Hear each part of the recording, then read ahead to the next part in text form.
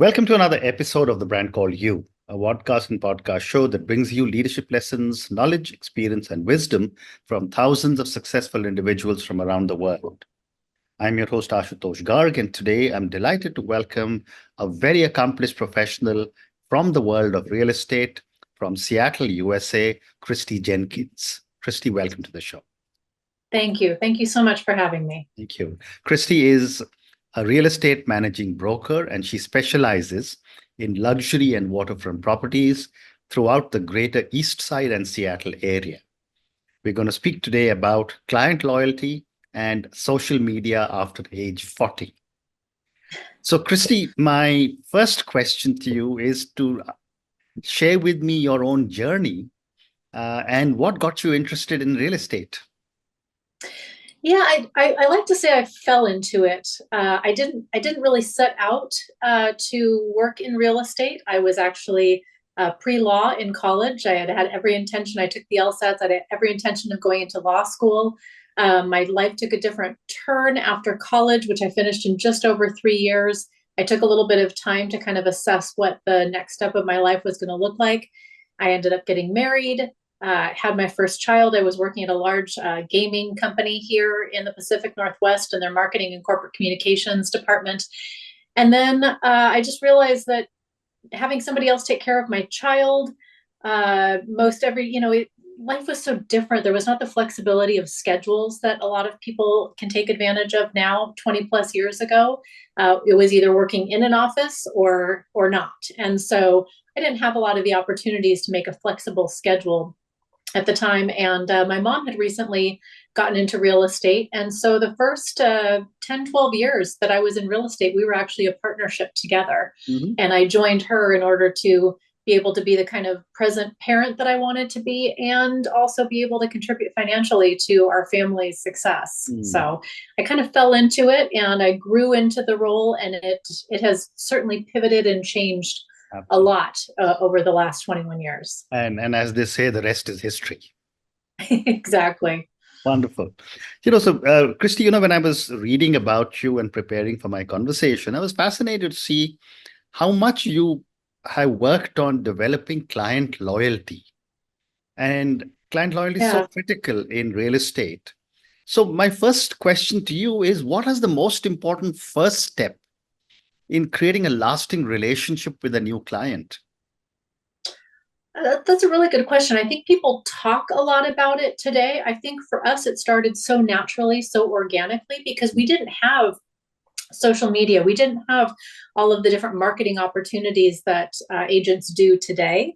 And so I think that by building relationships, by building that core factor, that's why I got into this business in the first place. I really believed in helping people. I believe that my negotiation skills and my ability to create marketing materials and all of that was really in line with real estate, but I loved people and I loved serving people. And so this kind of brought those two things together. And so I think it really grew out of an idea that we could build relationships and help people and be, around for all of the different stages of people's real estate needs. So, from first-time home buyers to second homes, investment properties, empty nesting, retirement communities. I've had the opportunity to do all of that with clients because I have truly invested in them from a relationship standpoint very early on. And so I think that was, the basis. It really was born from a very authentic desire to help people and be there for them in the different stages of life. Very interesting. Thank you. And how do you ensure that your communication with clients remains thoughtful and meaningful over a period of time? Well, I think people call it their CRM, my client retention management system. That has only recently become a very, put together thing. But I think for a lot of years, it was an Excel spreadsheet and it was just keeping in touch with people. It was pop-bys, it was driving by, it was attending people's, graduation for their kids. It was being invited to their holiday parties. It was, giving them a call and letting them know that I had just driven by their house that they sold several years ago and how beautiful the yard looked and how great the buyers were taking care of it. And so I think that just staying top of mind for people. The relationship, the transaction ends when the real estate deal is over, but the relationship ends whenever you stop feeding it.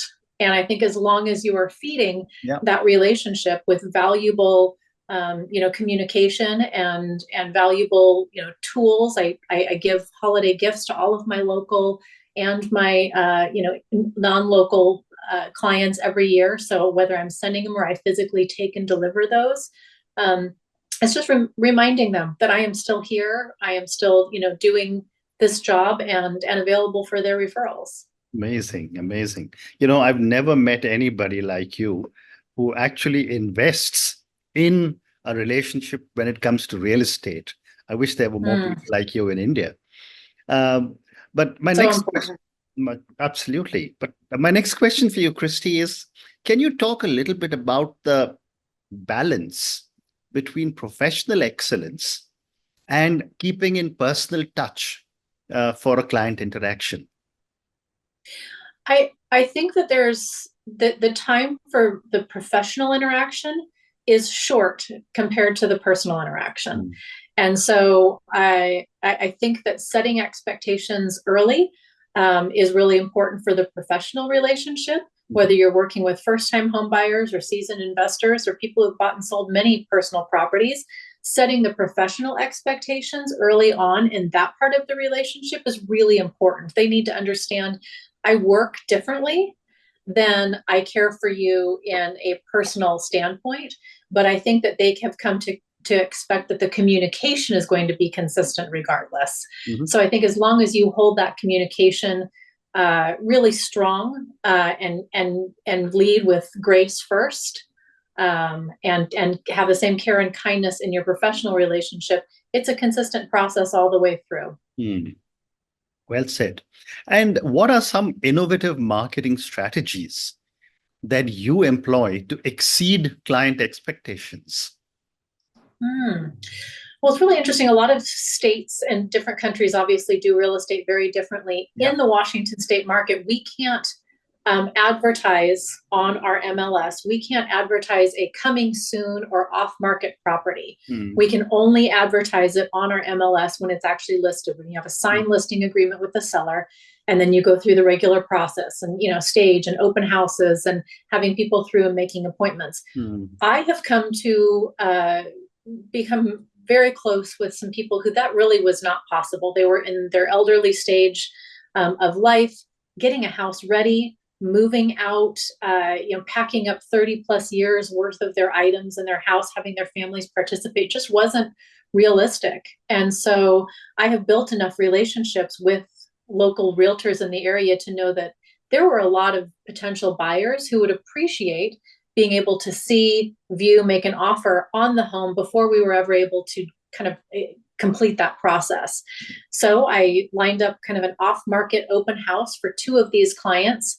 I had dozens of groups through in a private open house setting, and I was able to get off-market offers that were at or well above the market value of the home. And so I think thinking creatively, understanding that each transaction really truly is unique, and being able to customize that for each client, I think that's what my years of experience have helped teach me, is that this is not process oriented. This is client oriented, and you've got to be thinking about the end goal and then work your steps backwards from there.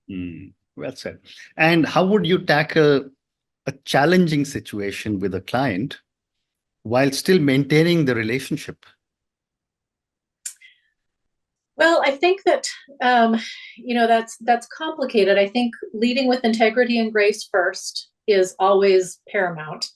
I think that keeping my client's priority and focus as the first priority is really, really important. But sometimes, you are dealing with people during, for a lot of them, the most stressful experience that they've had to go through until that point. And so it brings out, all kinds of, it can bring out troubles in marriage. Husband and wife partners can be at each other and don't understand the financial stress a lot of times of buying and selling is a lot for people.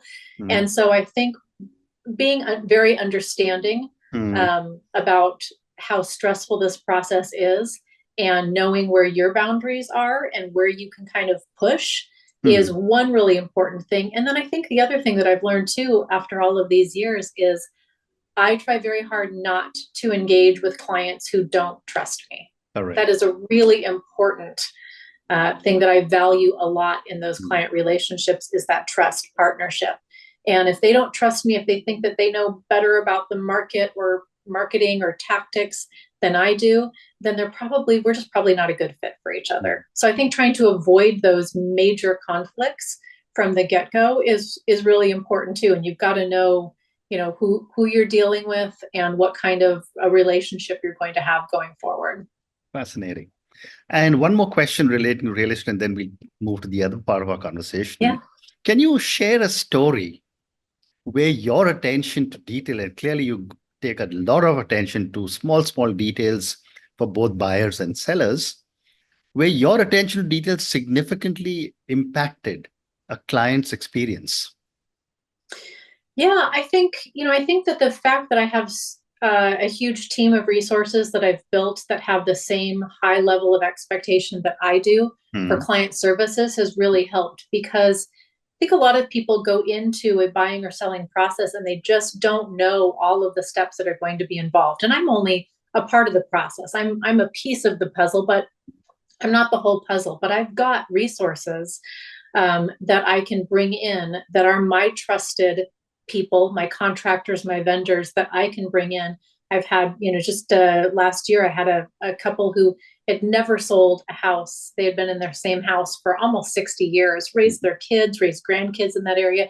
They had no idea who to bring in to help with some of the remodeling. They needed a junk removal. They needed an estate sale. They needed a home inspector. They needed a crawl space issue, and the home inspector determined that there was some rodents that we needed to get rid of. And we had a very narrow time that we needed to get all of this done. So I was able to assess all of the needs, get people in to take care of every issue that they needed. And we were able to get that house on the market in less than a month.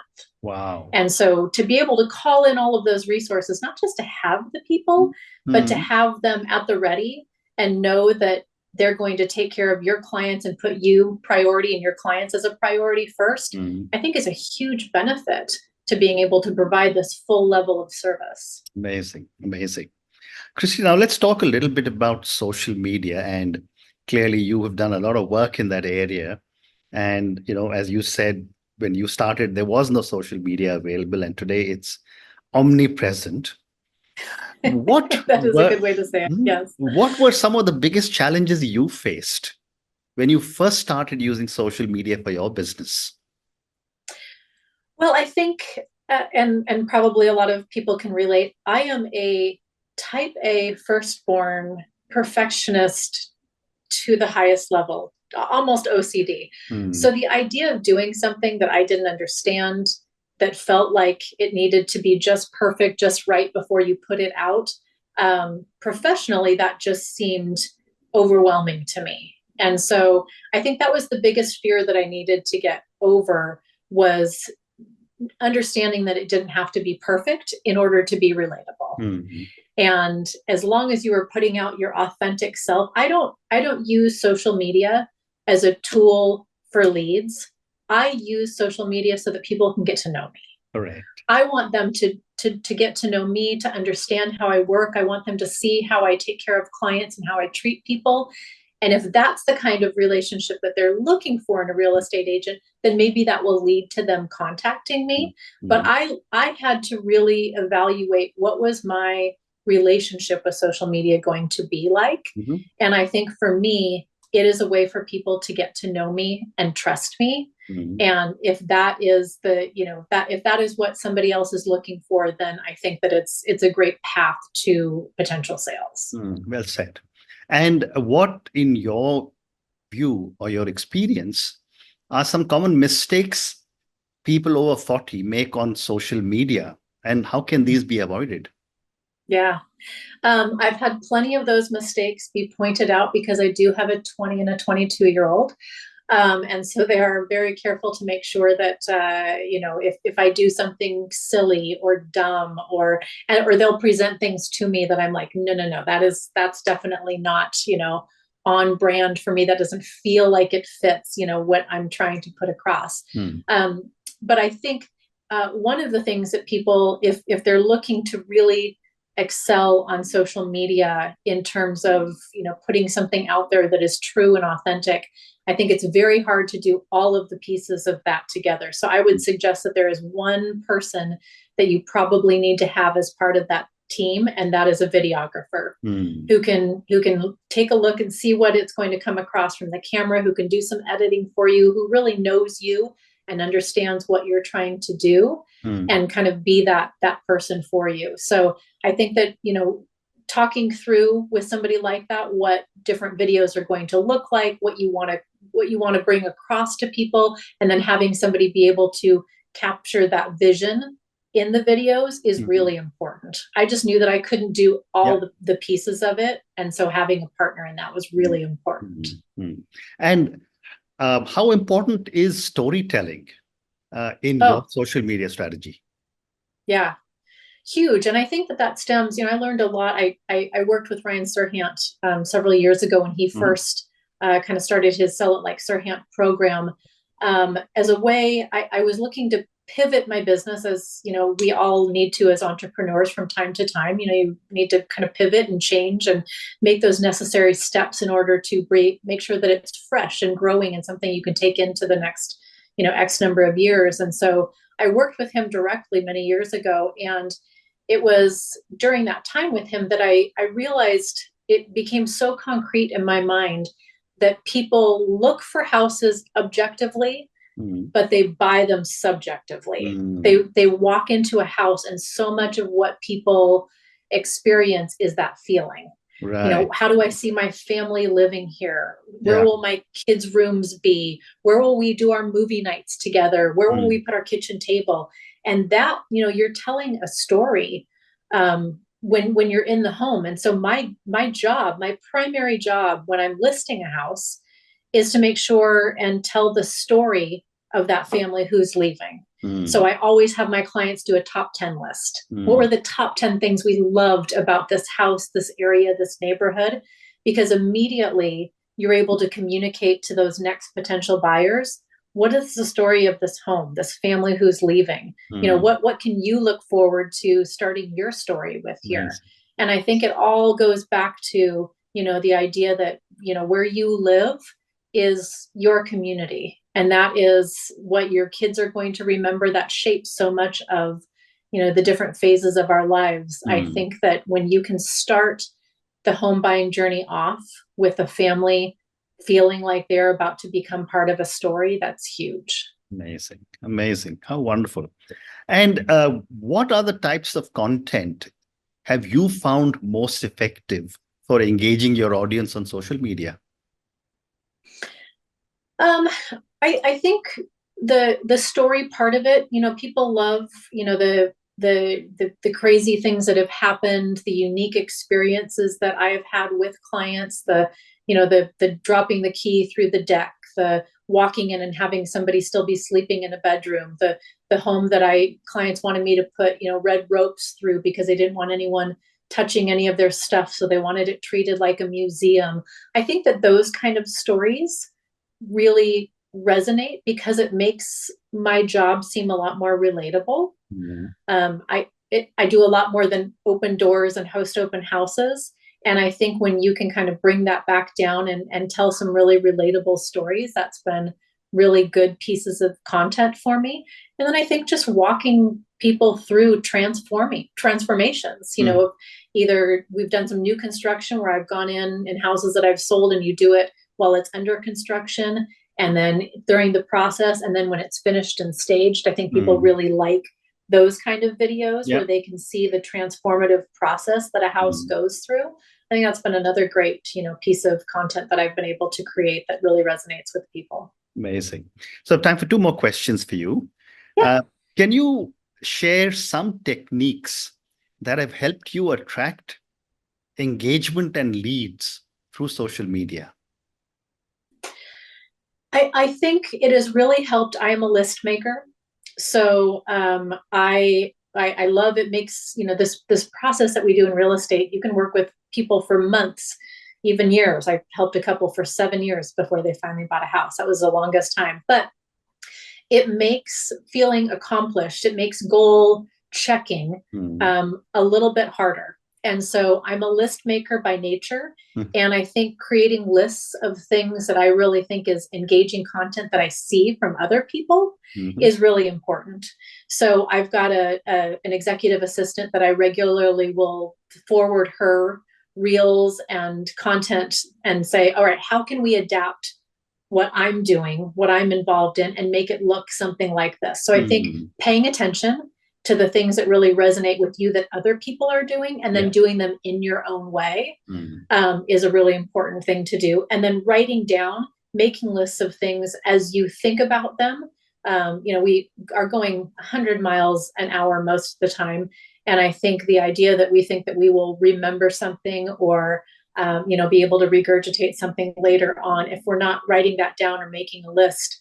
I think the idea that we can make lists of things when they come to us. I've always got a note section on my phone that I go back in, and I'll see something or I'll hear about something and go, oh, let's do something about that. Let's record that. That's relevant. That's time sensitive. That is engaging, or maybe it appeals to a different group of people that I maybe haven't reached to. And you see things and you're able to replicate those. Well said. And my last question, what tools or platforms would you recommend for someone new to social media? I think that it really depends on who you're trying to attract, because I think that each platform has a different base. I think that right now for me, I'm focusing a lot on LinkedIn because I think there's just a different strategy to that, and also on Instagram. But I think that those are two very different groups of people that I'm speaking to. I'm putting all my videos on YouTube. I've got a pretty strong presence on Facebook as well. But I think it really does. I think it's a lot of people in this profession would say that you can repurpose content really easily. I find that really, really difficult. But I'm trying to figure out a way to make that a little bit more seamless. I think that if you start focusing on one platform, and I think Instagram is probably the easiest to understand and get through, although Facebook and Instagram with their integration is pretty easy to use Meta and do it that way. But I think just picking one and kind of getting your footing, feeling comfortable in front of the camera, feeling comfortable making videos. I think that that's the most important part, is until you feel like you can do any one of them authentically, and you don't, get paralyzed every time you think about, recording content or coming up with an idea. As soon as it starts to feel a little bit more comfortable, then branch out, but don't feel like you have to do all of it at once. What a great response. And on that note, Kristi, I just want to say thank you so much for speaking to me about your own amazing journey and how you really stumbled into the world of real estate with your mom and have built such an amazing business. I've often said that, real estate is probably the single largest investment any family makes in their lifetime. Yeah. And therefore, it is such an important factor that you are helping people with. I just love the way you have moved from a simple transactional relationship that is generally there when it comes to real estate. You buy, sell property, and you move on, to building a much, much more deeper relationship with your client. And I love what you said, when people buy a home, they look objectively and they buy subjectively. Very powerful set of 4 words. Thank you for talking to me at such length about real estate. I think we also covered a lot of interesting topics in the area of social media, and you have some great tips to offer our viewers and listeners. Thank you again for speaking to me, and good luck to you. Thank you so much, Ashutosh. I really appreciate it. Thank you. Thank you for listening to the Brand Called You videocast and podcast, a platform that brings you knowledge, experience, and wisdom of hundreds of successful individuals from around the world. Do visit our website www.tbcy.in to watch and listen to the stories of many more individuals. You can also follow us on YouTube, Facebook, Instagram, and Twitter. Just search for the brand called You.